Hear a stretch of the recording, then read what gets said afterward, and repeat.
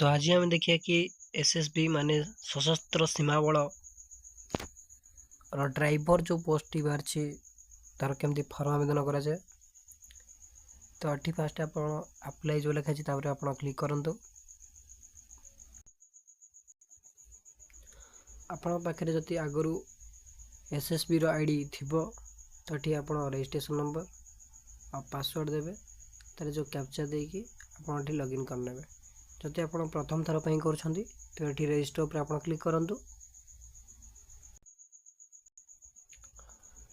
तापर आप कौ पोस्ट पर अप्लाई कर आप सिलेक्ट करेंगे। तापर आसले आप फास्ट नेम देवे ये मिडिल नेम देवे तार ये सरनेम देवे तार ये फादर्स नेम देवे तापर आप मदर्स नेम देवे तापर आप डेट ऑफ बर्थ देवे तार ये आप जेंडर चूज करेंगे। नेशनलिटी आमर इंडियन रहिबो तार रिलीजन आप कौन अच्छे आपड़ी देदेवे तार मैरिटल स्टेटस आप मैरिड अनमैरिड देवे कैटेगरी जहाँ आप सिलेक्ट करेंगे।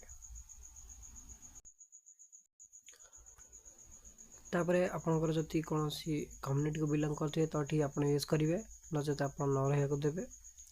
तो ये जीक भी डिटेल अच्छी आप न करें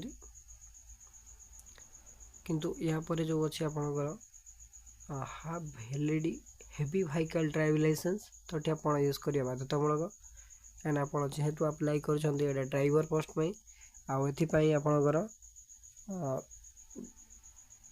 हेवी ड्राइविंग लाइसेंस निहाती भाव आवश्यक रही। तो से दवा निहाती जरूरी तार सिलेक्ट आइडेंटिटी कार्ड ये आप गोटे सिलेक्ट करेंगे तार आइडेंटिटी कार्ड नंबर देवे तार आप किसी आइडेंटिफिकेशन मार्क अच्छी देवे ना नो मार्क लिखे किसी असुविधा ना तार मोबाइल नंबर देवे तार आपंकर जीमेल आईडी देवे।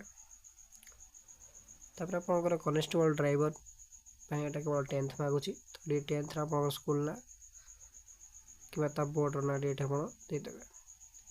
तापर को ईयर एग्जाम को ईयर है तो ये देवे तार आप रोल नंबर देवे तार सर्टिफिकेट नंबर देवे डेट ऑफ इश्यू देवे तार सब्जेक्ट कौन थी आप सिलेक्ट करेंगे कि एनी सब्जेक्ट लिखले चलो। तापर आपंकर केते परसेंटेज ऑफ मार्क ये देदेवे तार नेक्स्ट बटन आप क्लिक करेंगे। तापर ये आपंकर परमानेंट एड्रेस तो ये फास्ट आप विलेज देवे तार पोस्ट ऑफिस तार तहसील तार पुलिस स्टेशन